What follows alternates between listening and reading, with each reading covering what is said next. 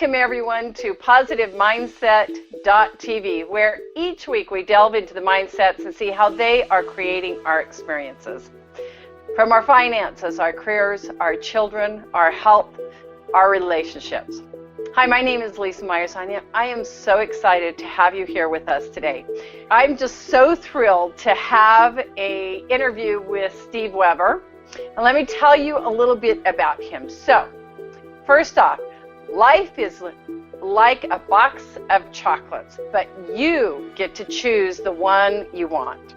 Steve Weber is an entrepreneur, business consultant, writer, and aspiring author. He is also a professional speaker who works with companies and organizations to improve individual and organizational performance by incorporating the straightforward, authentic, simple yet powerful truths taught by Forest Gump. So I loved this movie. So this is why I'm just so thrilled. So in 2006, Steve became the spokesperson portraying Forest Gump for the Bubba Gump Shrimp Co. While working and traveling, seeing new cities and watching the launch of new businesses, Steve began using the inspirational messages from Forest Gump for more than just entertainment and promotional purposes. He quickly realized the movie's theme were the primary keys for success in everyday life for ordinary people. Gumption starts with a way of being. That way of being leads to your actions. Your actions produce the results. Knowing where to begin is the answer. Gumption is the key. And I love that because that's what, when talking with clients, I'm always telling them that those thoughts, those feelings and words are creating your results. And if you don't like the results, then you have to change. So welcome, Steve, and thank you for being with us today. TV is like a box of chocolates. You never know who you're going to talk to. So very true. So very true. So for those that have not seen Forest Gump on that, which I can't believe anyway, but for those that haven't, it was portrayed by Tom Hanks. And so tell us a little bit kind of that and how Forest Gump changed throughout his life, and you, Steve Weber, have changed in your message, and what happened kind of, brought that together. Well, it's actually going to be 20 years since the movie came out. It was 1994, and one minor correction, the restaurant opened up in 1996, so that's when I started portraying Forrest. So I did it 10 years full-time up until 2006, and then all the way up to 2011, I was a part-time Gump impersonator for Bubba Gump Shrimp Co. They opened up 22 U.S. locations and 12 international, and I got to participate in all of those. So it was a wonderful ride for many years. And what I did was I sat on the bench and talked to people, just like Forrest sat on the park bench and talked to the people that he met while he was waiting for the bus. And I just sat out in front of the restaurant and got a chance to just talk to people, and people would respond to the movie in a way that they would say they love that, and they would tell me their favorite scenes of the movie. And so then the last few years, I decided that I was going to take that message of gumption and personal responsibility and make a career out of it, and that's what's happened. And so that's sort of an intro, but why don't you ask me another question and we'll take it from there. So how did you, first of all, become the impersonator? I mean, I don't think that you woke up in the morning and said, oh, I think I'll be an impersonator for Forrest Gump. So how did that come about? Great. Yeah, so 35 years ago, people started coming up to me and saying, you look like the guy from Bosom Buddies. Has anybody ever told you you look like that guy from Bosom Buddies? I didn't even know what Bosom Buddies was. It was a TV show that Tom Hanks was 22 and I was 20. And now it's 35 years later, and of course his career took off. And so then 10 years after that bosom buddy question, so now I'm around 30 years old, people would come up and say, has anybody ever told you, hey, do you know who you look like? And so I heard that hundreds of times, even thousands of times. So that was where the genesis of becoming Forrest Gump came from. So the movie came out in '94, and for Halloween that year, go figure, I actually liked dressing up and pretending I was somebody else. Halloween was a favorite holiday, and I was Forrest Gump in 1994. And then a year and a half later, the restaurant opened up, and I was driving around. I was a sales guy. I was in my car, and I heard a radio broadcast that said they're going to open up the first Bubba Gump Shrimp Company in Monterey, and then they're going to open up another 17 restaurants. So I actually demonstrated gumption, and I called them up, and I said, "You're not going to believe it, I look like Forrest Gump." And they said, "Well, hard to believe." And I said, "Well, let me just come meet you." And I went down and met them, and they were practicing to open the restaurant. The people inside went crazy. I had the chocolate box. I was in costume, and they hired me for the grand opening. And then I worked every weekend through that summer and fall. And then they opened up their second location in San Francisco. And all along, I kept on planting seeds. Well, maybe I could help you do this. And so I ended up the next couple of years, doing all the grand openings and TV, radio when we went to different cities. And so really had a great experience. People loved the movie. People loved the character. And I had the gumption to just make it happen, which is how we make things happen in life. We pick up the phone, we make a phone call, we knock on somebody's door, and we basically say, "Hey, I can help you." And that's how it happened. You say that we all have that gumption, but I can, for myself, say that sometimes that phone or that knock is about 500 pounds. And so I want to honor that it's, that just that moving forward, taking that risk of, and like you say, you never know what's going to show up. So what is the significance of the feather in the movie? So in the movie, the feather floats out of the sky at the very beginning, and it just floats, and it just comes down, and you don't even, Forrest Gump, the character, doesn't see it until the very last minute, and the feather just floats down and lands at his feet, and he reaches down and picks it up, and that's really when the movie begins. And so for me, the feather is the opportunities that come into our life, and we have no control over the feathers. They just show up randomly, and if you think about a single feather, occasionally and right at your foot or in your lap, and certainly for me, the feather of looking like somebody, that was landing in my lap for 15 years before it became something special.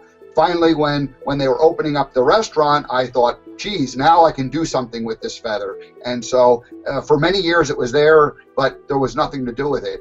So feathers are many and varied, and our job is to actually notice all the feathers and the opportunities and then make the choices.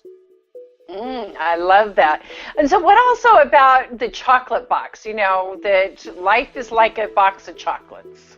Right, so that was the line that Mama Gump taught Forrest when he would have some disappointment or he would be a little confused about something and there wasn't a good answer. And so she said, "Forrest, life's like a box of chocolates. You never know what you're going to get." And what that means for me is that chocolates are covered. There's a wrapping around it. You don't know if it's a cream or a nut or a fudge. And so you have to actually choose and pick one, and then you learn what the consequence or what the result of that choice would be. And that's those hundreds of feathers that are laying out in front of us, or that's that chocolate box full of options. And our job is to make good choices in life. And just like the chocolate box, with experience, we get better at making choices. We can say, "Oh, this one's shaped this way. I think this is a one has nuts in it," or by the color of the decoration on it, the outside of the chocolate, you know what's inside a little bit. You get hints. You don't know for sure, but you get hints.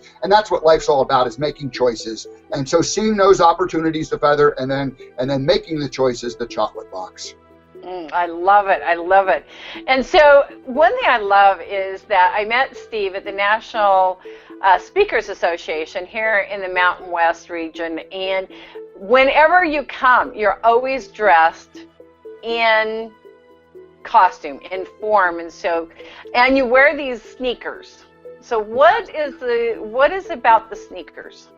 Right. So the sneakers in the movie, Jenny gives Forrest a pair of sneakers, and Forrest says it was the best birthday gift you could ever get. And so then he has these brand new sneakers, and he's sitting on the porch with them on, and Jenny now had left him, and he gets up and he says, one day I decided to go for a little run.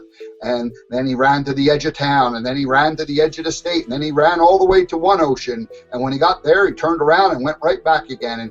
And so in the movie, he's sitting at the bench, and he's wearing those favorite sneakers that he had, that he ran across, and they're tattered and worn by then. And so for me, the sneaker is the journey of life. And Forrest was a guy who really did have a journey, and he had many life chapters, and we can learn from that journey and from those life chapters. When Forrest was playing in the Army, first he was a field soldier, and then he ended up getting shot in the buttocks, so he couldn't be a soldier out in the field. So he learned how to play ping pong, and they said, well, that's how the best way to fight the communists was by playing ping pong. And then one day that chapter came to an end, and he ran out of the Army gymnasium, and then he was a shrimp boat captain. And so Forrest had many different things. The beauty of what he did was he would succeed, whether it was playing football or whether it was shrimping. And then when that was over, he would move on to the next thing. And that really seems to be the key of life, is that it's a continuous journey. We never get there. We're in life chapters for a time of period, and then all of a sudden we have that feather, we drop that one, and we move to the next one. And so for the sneaker really represents the journey of life and the many life chapters that we go through. So with that being said, Steve, because you've had the feathers, so what are some of your own chapters?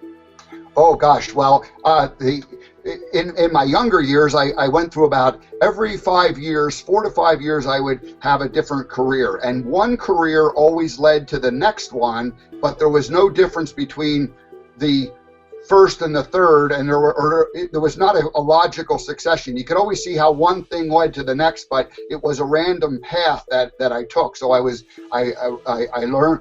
Right out of school, I worked with my father in a trade, learned how to weld, and then I ended up being a facilities manager, and then I ended up selling parts, and then I became an independent sales rep, and then the lucky feather of the Bubba Gump Shrimp Company opened, and that lasted for 15 years, 10 years full-time and 5 years part-time. And then I really decided I wanted to share this message, and so I've been reinventing myself as a speaker the last several years, and that's been a journey, and just really learning the business, learning what it takes to add real value to a company in a way as a consultant, where we come in and we have just a very short period of time to make an impact.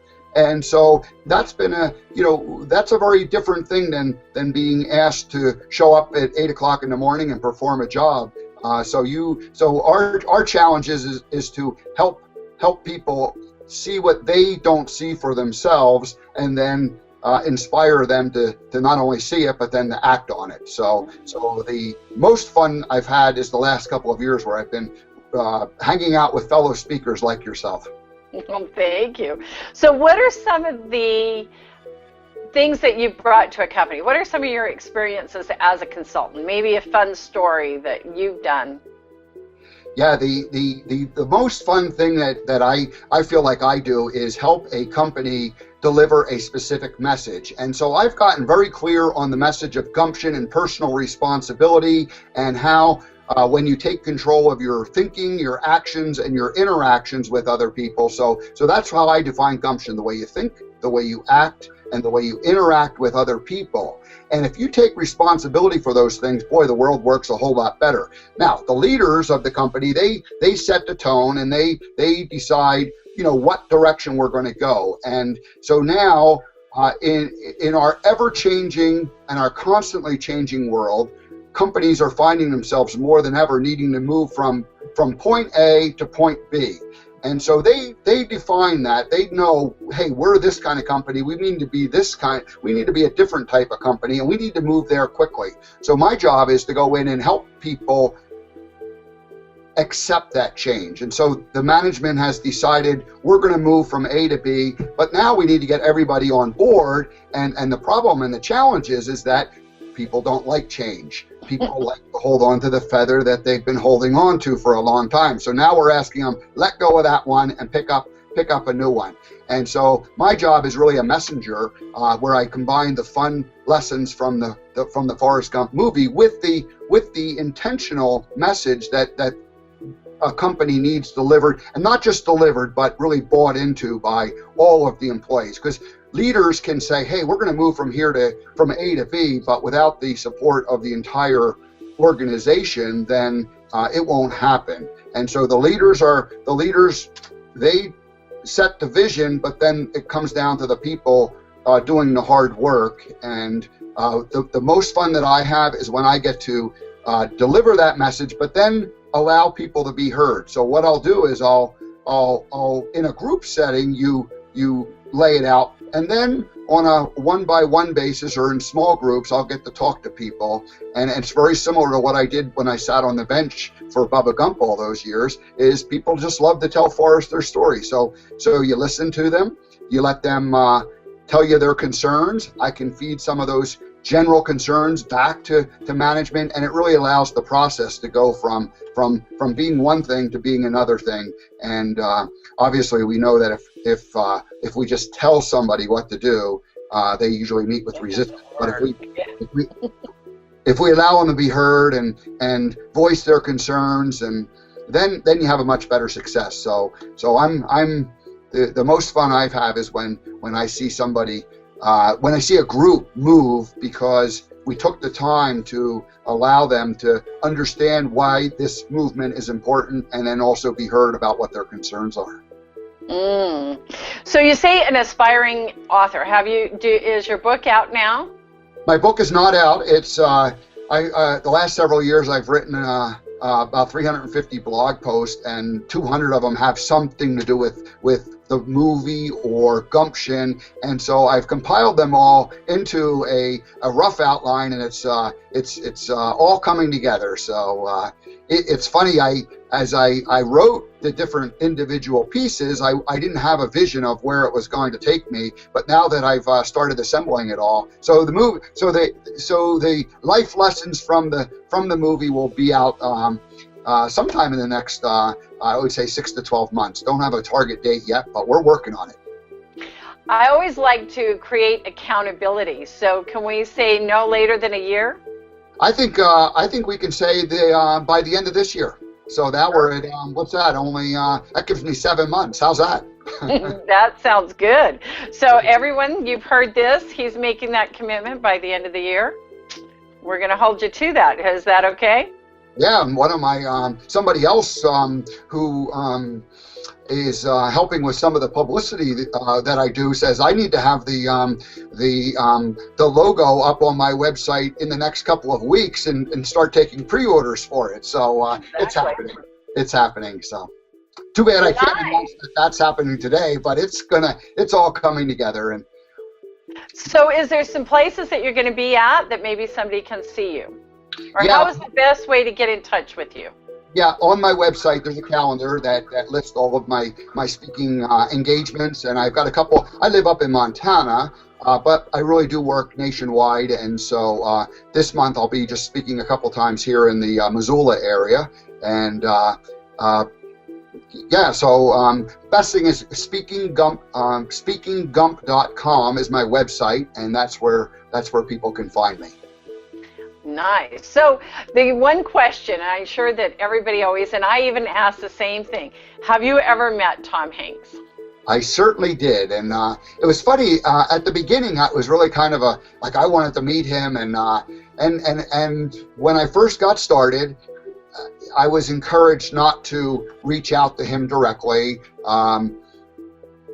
I'm not sure why, but so then you go, okay, and so you go about doing your thing, and then a couple of years later, he filmed the movie Castaway, and Castaway was where he ends up getting stuck on a deserted island for 5 years, and he had actually gained some weight for the role, and then and they took a year hiatus, and he lost 50 pounds, and so his weight went from 220 to 170 in a 1 year period. Wow. Although they said that was over a 4 year period in time of the movie. And so anyway, I auditioned as a photo double, And but I was kind of I felt really good about not getting the job when I was 25 pounds too light, and then a year later I was 25 pounds too heavy. So it didn't work out for me.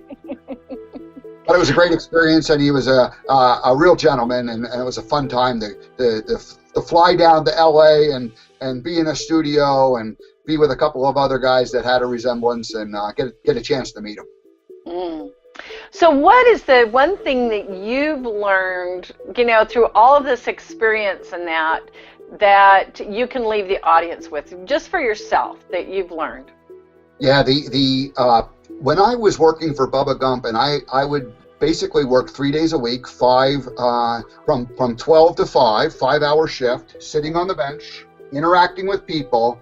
The thing that I learned is that I had to be in a good mood and show up ready to go.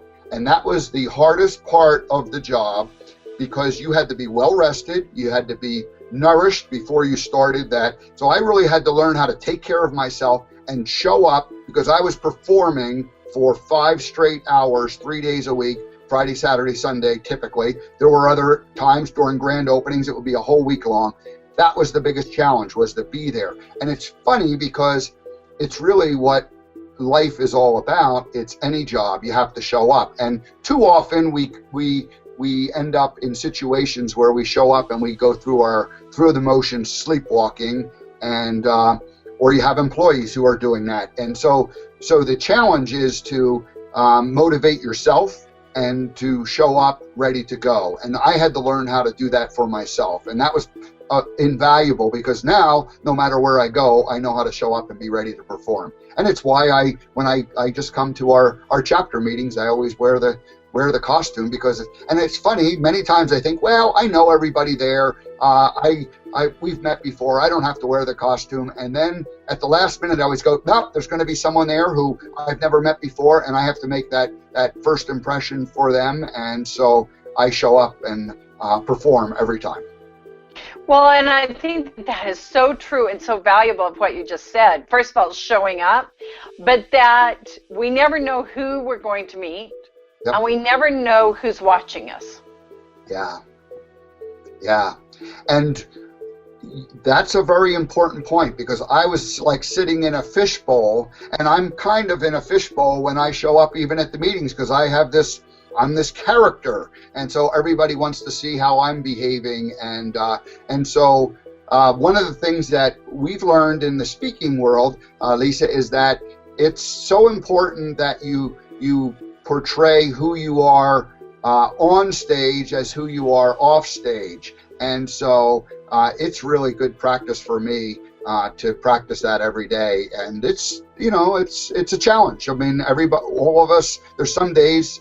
In fact, if I could share one more story, I was very good at the beginning at being gracious for those 5 hours when I was working, and then I was a little tired and I needed to eat something, and I was a little grouchy, and I realized that graciousness, being kind towards other, is a 24/7 job. It's not something that you can show up and do from 12 to 5. It's something that you need to be in your heart, and either you are a gracious person and kind to others, or you're not. And so if I was showing up and just doing that during the hours that I was working, then I really wasn't that kind and gracious person. And so fortunately I learned that very early on, and I thought, okay, it's not about me, it's about this role that I'm playing, and it's about the joy that other people get from believing their meeting.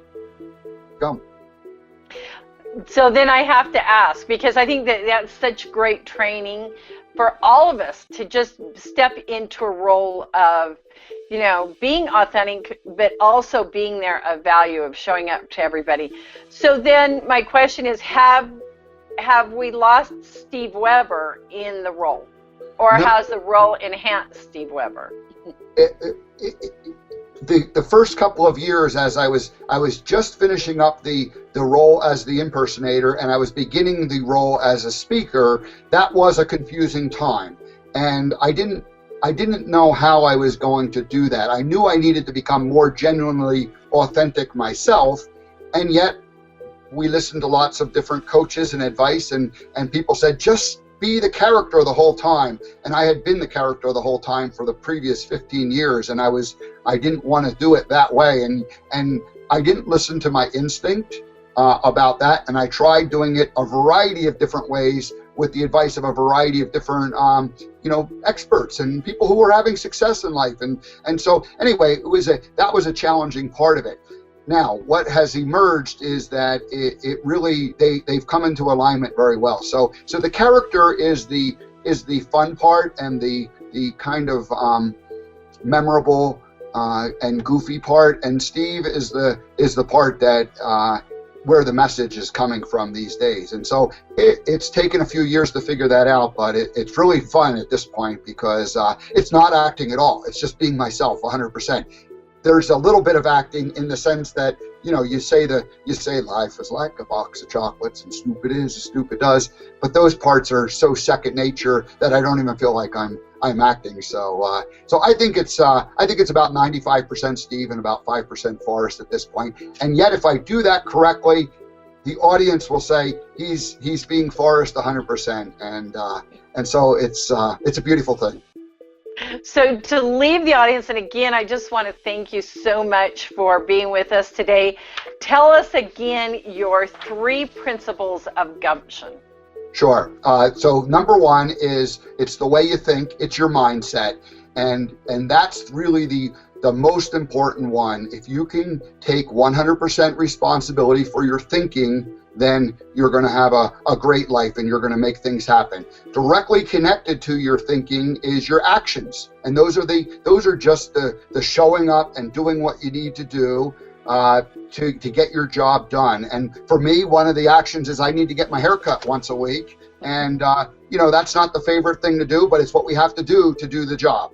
And then finally, it's your interactions with others, the way you come across. And I take responsibility for my own interactions, and I call that graciousness. So your mindset, your moxie, which is your action, taking action, and your graciousness is the interactions with others. But simply the way you think, the way you act, and the way you interact with others. Perfect. Thank you again, Steve, for taking this time. It has been so much fun. And that's all I have to say about that. Absolutely. So again, everyone, if you like what you hear, please share it on Google+, on Facebook, on Twitter, and just let everybody know. And again, you can find Steve at, again, tell me where they can find you. So I want to make sure I've got it right. Yep, speakinggump.com. Speaking like speaker, gump like forest.com. Speakinggump.com. And if you're a business, Steve is just absolutely fabulous to bring to your company, to let them know what's going on in that transition, in those opportunities, in those feathers. So please contact Steve, get in touch with him. You are not going to be disappointed. And just remember, as always, you make the world a better place by you being in it. Until next week, again, your mindset is creating your results. I love it how you put it. And now you can think of it as gumption. So step up to that gumption and make the world a better place. Again, thank you everyone for being here.